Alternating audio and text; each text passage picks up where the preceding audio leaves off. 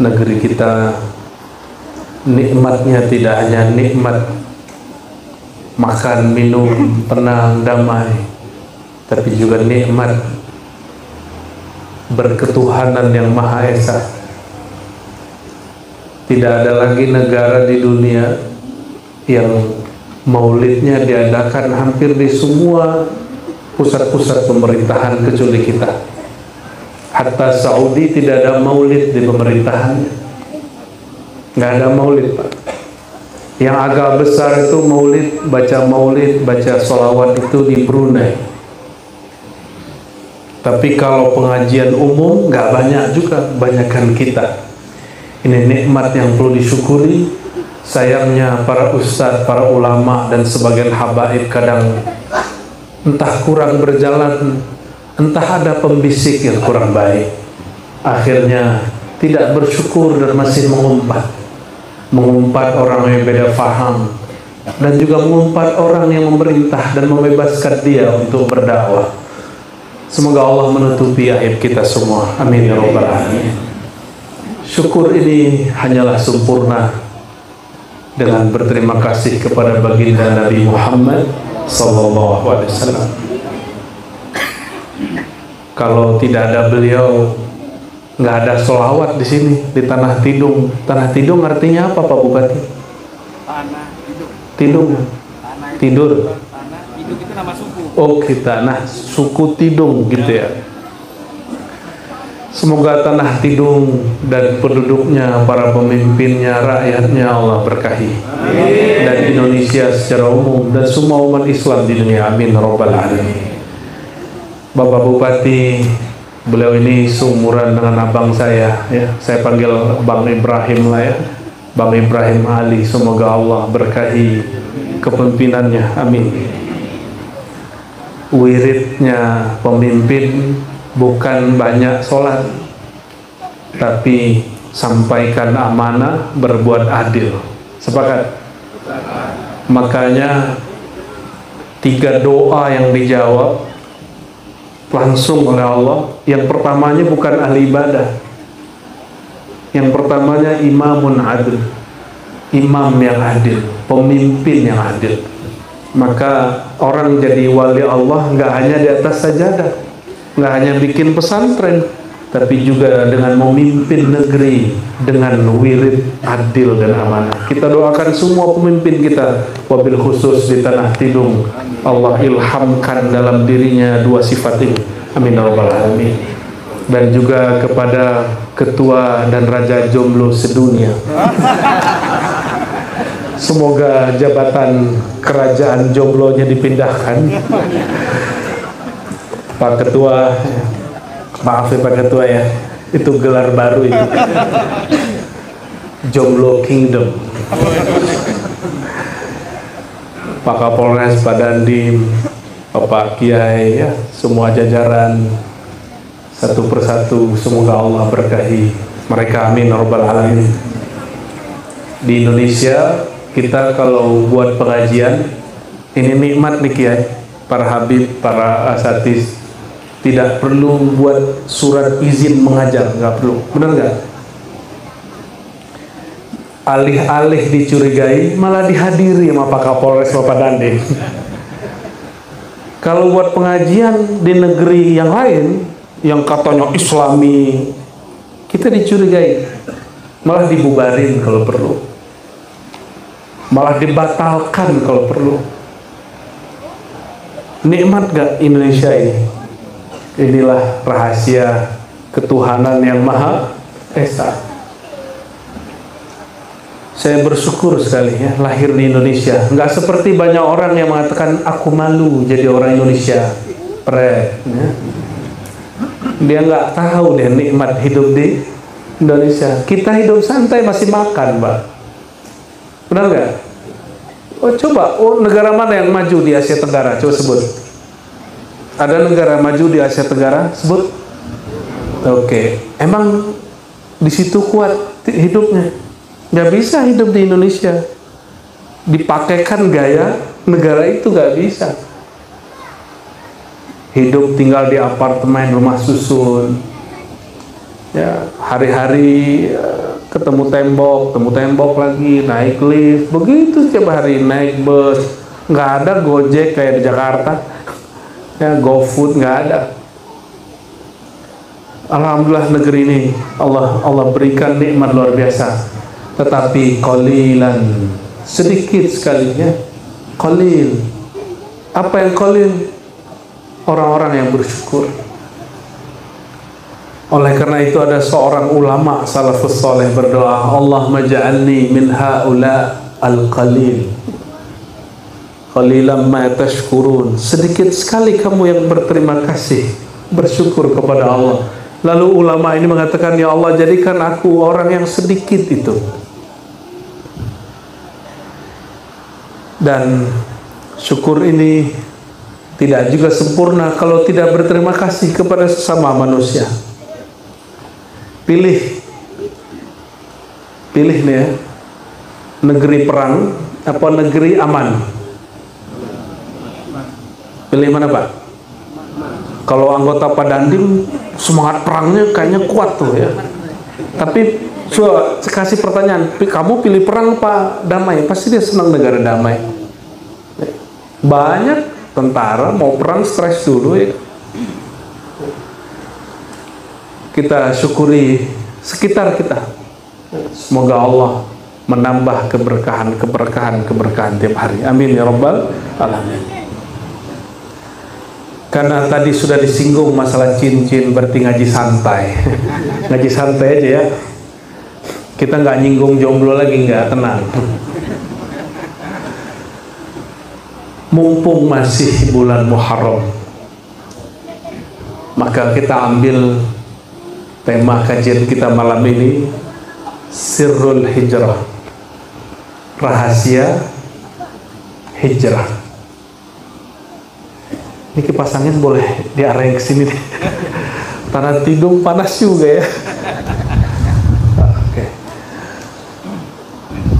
Sebelumnya mari kita baca suratul Fatihah untuk Sayyidina Muhammad sallallahu alaihi wasallam, untuk diri kita semua, para guru, para aulia, orang-orang yang membawa Islam ke negeri ini, ke negeri kita, ke dalam hati kita. Al-Fatihah.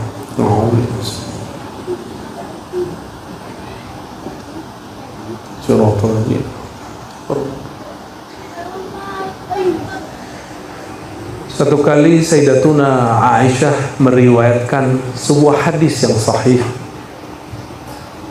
la hijrata ba'dal fathi. Nabi Muhammad SAW bersabda, tidak ada lagi hijrah setelah Fathu Mekah. Fathu Mekah, ada yang tahu tahun berapa? Apa arti Fathu Mekah? Pembukaan Mekah. Tapi dalam bahasa militer diartikan penaklukan Mekah. Itu kurang pas. Yang tepat pembukaan Mekah, Fathu, pembukaan. Tapi juga bisa diartikan memenangkan kembali Mekah dari kaum musyrik. Mengambil dari ayat idza jaa nasrullahi wal fath. Al-fath artinya kemenangan, bukan pembukaan. Apa kata baginda Nabi Muhammad SAW? Tiada lagi hijrah secara fisik. Hijrah pindah dari suatu kota ke kota yang lain. Yang ada setelah Fathu Mekah, ada yang tahu Fathu Mekah kapan? Mekah kembali direbut oleh Nabi Muhammad SAW tanpa perang, damai. Seperti itulah negeri kita Nusantara dulu, Fatah, dibuka kembali. Jadi negeri ini diislamkan tanpa perang. Yang ngajak perang siapa? Londo, ya. Tahu Londo gak? Orang Belanda, orang Portugis. Dan konyolnya, Belanda itu datang bukan sebagai negara, datangnya sebagai pedagang lalu jajah kita. Karena Indonesia belum ada namanya Indonesia, masih kesultanan, kita mudah diadu domba. Mekah ditaklukkan tanpa perang, negeri kita juga ditaklukkan tanpa perang. Ada yang tahu tahun berapa? Jangan googling dulu. Masa ilmu sirah kenabian nanyanya ke produk Yahudi? Katanya anti Yahudi, barangnya dipakai, ya. Katanya anti Yahudi, mau boikot barang Yahudi, tiap hari ente nonton itu. Jangan sembarangan mau boikot, mikir dulu sebelum ngomong, ya. Nabi SAW tidak membenci Yahudi karena Yahudinya, bahkan belum beristrikan seorang Yahudi, yaitu Sayyidah Sofia. Hati-hati kalau mau benci-benci, ya. Sayyidina Nabi SAW punya istri. Ini beliau lakukan kenapa? Supaya kita tidak membenci ras, kita benci perbuatan buruk, bukan ras seseorang. Kalau dilihat muka kita, muka Arab, muka India, muka Yahudi, itu cakapan muka mana atau jelekan yang mana? Kalau hidung yang lebih maju, hidung siapa? Hidung Arab sama Yahudi, benar nggak? Wajar, mereka keturunan Nabi Ibrahim. Dikitan Pak Ibrahim ada, tapi hidungnya nggak mancung, kecuali menurut ibu PKK. Maaf, Ibu Bupati.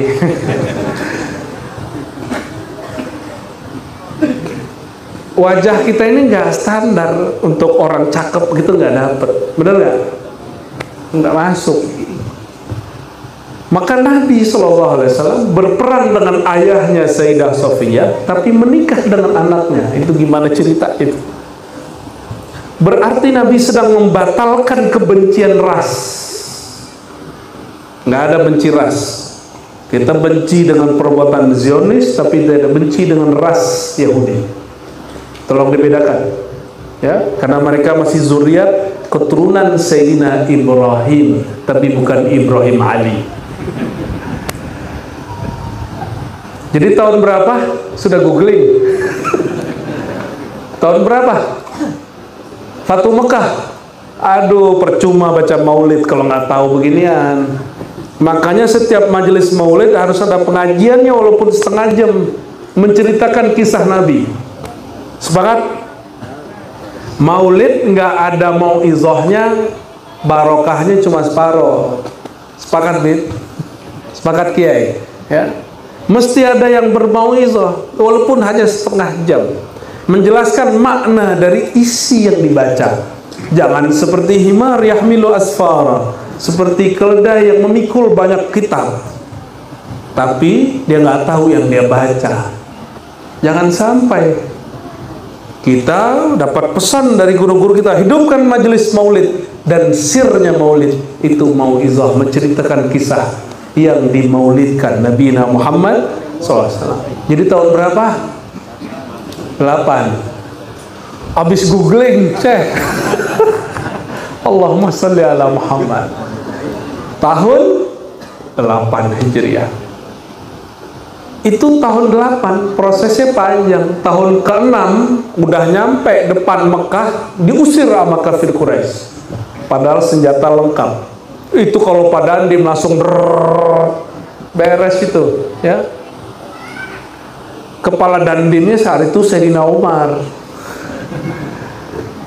Kalau Pak Kapolresnya Abu Bakar Siddiq. Apa kata Sayyidina Umar? Ya Rasulullah. Enggak ya Rasulullah. Enggak pengen nyebut nama. Ar-Rasulun anta. Mempertanyakan ke Rasulan. Kamu beneran Rasul nggak sih? Masa Rasul ngalah sama orang kafir? Nah, ini logika-logika preman. Maklum, ya, preman berseragam kan masuk Islam. Dikasih oleh Rasulullah SAW senjata, dikasih jabatan, dikasih kekuasaan untuk memimpin tentara. Itu Sayyidina Umar, Pak Dandimnya saat itu tuh. Apa kata Sayyidina Umar? Ente benar Rasul nggak sih? Masa sama kafir Quraisy takut? Gitu maksudnya. Itu kalau saya dengar sendiri, Pak, tentara itu gergetan sama polisi urusan Papua. Sebelum sekarang collaborate, ya, sekarang sudah kolaborasi tuh. Oh, dulu pada gergetan. Nggak usah diserahin ke polisi, ke Brimob, serahin ke kita, kata Pak TNI. Ya iya, Pak Teknik kan langsung gitu. Tapi kayaknya nggak gitu-gitu juga. Ya, sekarang banyak juga tuh yang jatuh. Tahun ke-6 gagal masuk. Dibuat perjanjian oleh kafir Quraisy nggak boleh masuk 10 tahun. Nabi terima. Nabi terima. Artinya apa? Orang benar nggak selalu menang di awal. Tapi kok muncul orang hari ini berpikir kalau kita benar mesti langsung menang. Itu nggak ngerti sejarah Nabi Muhammad SAW. Nih, perhatikan ini ya. Akhirnya tahun ke-7 kafir Quraisy melanggar sendiri perjanjian yang dia buat. Nabi kirim sahabat Nabi dan bahkan beliau sendiri juga ikut berumroh. Umroh itu umroh pertama, umroh tahun ke-6 gagal. Sekelas Nabi membaca pesan langit itu bisa keliru menafsirkan. Bayangin coba, ada perintah pergilah umroh, pergilah haji. Nabi berangkat gagal, tahun ke-7 baru berhasil. Sekelas Nabi baca isyarat langit bisa keliru, apalagi kita. Maka kelirunya Nabi itu benar, supaya pelajaran jadi kaidah. Nabi pun walaupun terpelihara dari dosa, tapi tetap tidak dijaga dari kekeliruan. Keliru itu ya, kayak tadi. Maka imam namanya Fakhruddin Ar-Razi mengatakan Nabi boleh keliru, tapi Nabi suci dari dosa. Bedakan keliru dengan dosa. Tapi Ibnu Taimiyah sahabat setelah itu kesemangatan, Nabi boleh dosa, tapi dosa kecil. Ramai orang masuk penjara lah itu Ibnu Taimiyah ya. Ghafarallahu lahu, semoga Allah mengampuninya karena mengatakan Nabi boleh berdosa. Kita lagi nggak bahas Ibnu Taimiyah ya, nanti kepalanya panas. Karena pengikutnya Ibnu Taimiyah itu jadi yang kita sebut saudara kita Salafi. Teman-teman kita Salafi ini nggak ada yang berhati jahat, cuma dia belum cocok aja sama kita. Bener nggak? Ya, jadi jangan benci sama Wahaboy ya. Allahumma sholli wa sallim barik alaihi.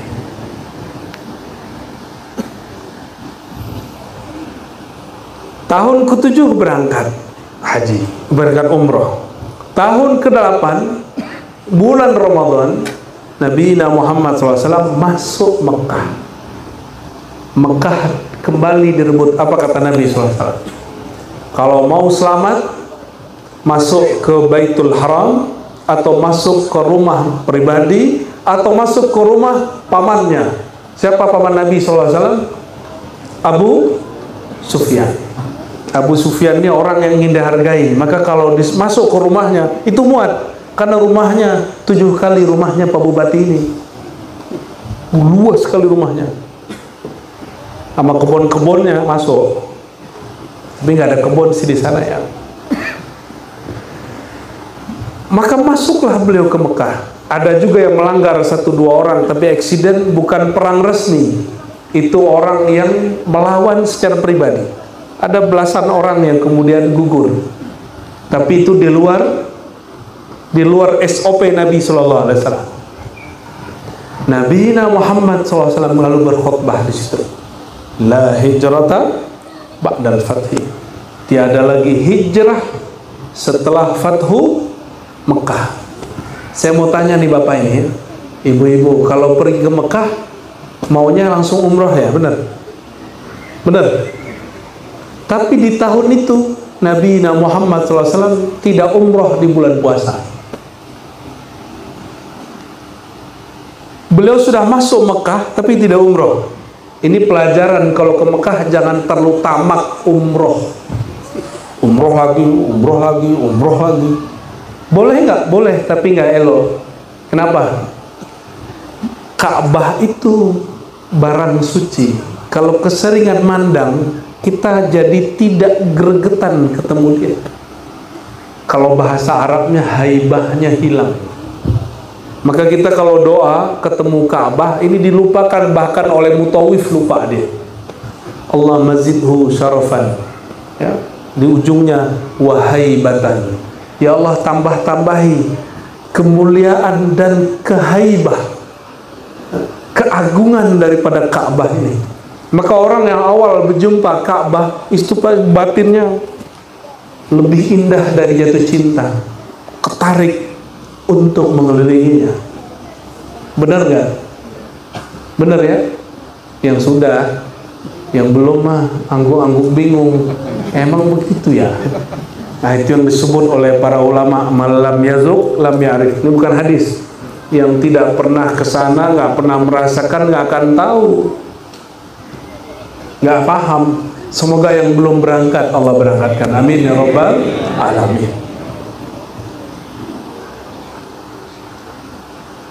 Lalu apa setelah Fatu Mekah? Innama jihadun wa niyyah. Yang ada setelah Fatu Mekah itu jihad dan niat. Hadis ini dipakai oleh kelompok ekstremis untuk membenarkan jihad yang jahat.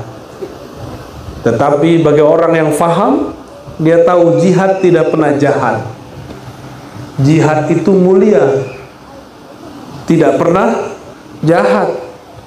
Jadi waktu pemimpin di Mesir menegur Syekhul Azhar, itu hapus tuh bab jihad dari jamiah, dari kampus. Apa kata beliau? Sudahlah Pak Presiden, masalah jihad kami lebih ngerti dari ente. Nggak usah atur-atur kami. Kami tahu kapan ngajarin santri, kapan boleh berjihad. Tapi kalau nggak paham bab ini, orang dia jadikan perbuatan jahatnya jadi jihad. Ini hati-hati. Kejadian di Mesir 2019, masjid pusat orang sholawat, orang tarekat Syaziliyah lagi Jumatan dibom. Jahat nggak tuh? Orang sholat Jumat, orang Islam nggak? Orang sholat Jumat Islam nggak? Itu dibom. Betapa jahatnya kelompok teroris yang atas namakan mujahidin ini. Dalam jihad nggak boleh bunuh anak-anak. Waktu sholat Jumat ada anak-anak, ada orang tua, dibunuh sama mereka. Maka karena anak muda, saya sampaikan, kalian hati-hati kalau dengar kata jihad. Ya, mesti diambil dari ulama, bukan dari aktivis. Nih, berarti anak muda. Ilmu jihad diambil dari para ulama, para kiai, bukan dari aktivis, apalagi aktivis kampus.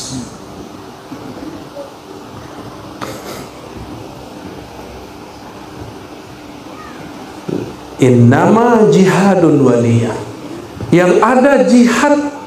Jihad itu usaha membela negeri, membela iman. Sedangkan niat usaha mempertahankan nur di dalam hati. Berarti jihad dan niat itu isinya daripada hijrah. Jadi apa rukun hijrah? Rukun hijrah itu dua, ada jihad di dalamnya, ada setelah Fatu Mekah. Setelah Fatu Mekah, jihad yaitu berjuang mempertahankan negeri, mempertahankan iman. Yang kedua niat. Niat itu di mana? Di mana kalau kita berniat pakai apa? Kalau mau sholat niatnya di mana? Di hati. Kalau usoli itu niat bukan? Usoli gitu ya. Itu bukan niat, itu namanya talaffuz bin niyyah, melafazkan niat. Niat itu satu akar kata dengan nawatun, nuwatun, satu biji yang tersembunyi. Di mana tersembunyinya? Fil qulub, di dalam kolbu. Maka ulama kita semua dari dulu sampai hari ini mereka sepakat an-niyyatu fil qalb. Niat itu di kolbu. Oleh karenanya belajar ilmu kolbu wajib, bukan sunnah. Hukumnya wajib. Sholat nggak pakai kolbu, khusyuk nggak? Sholat nggak pakai niat, sah nggak? Oke. Syahadat, lisan baca asyhadu, hati tidak mengikuti, munafik. Zakat, nih saya zakat nih, Pak Kiai saya mau zakat. Dilafazkan, diniatkan.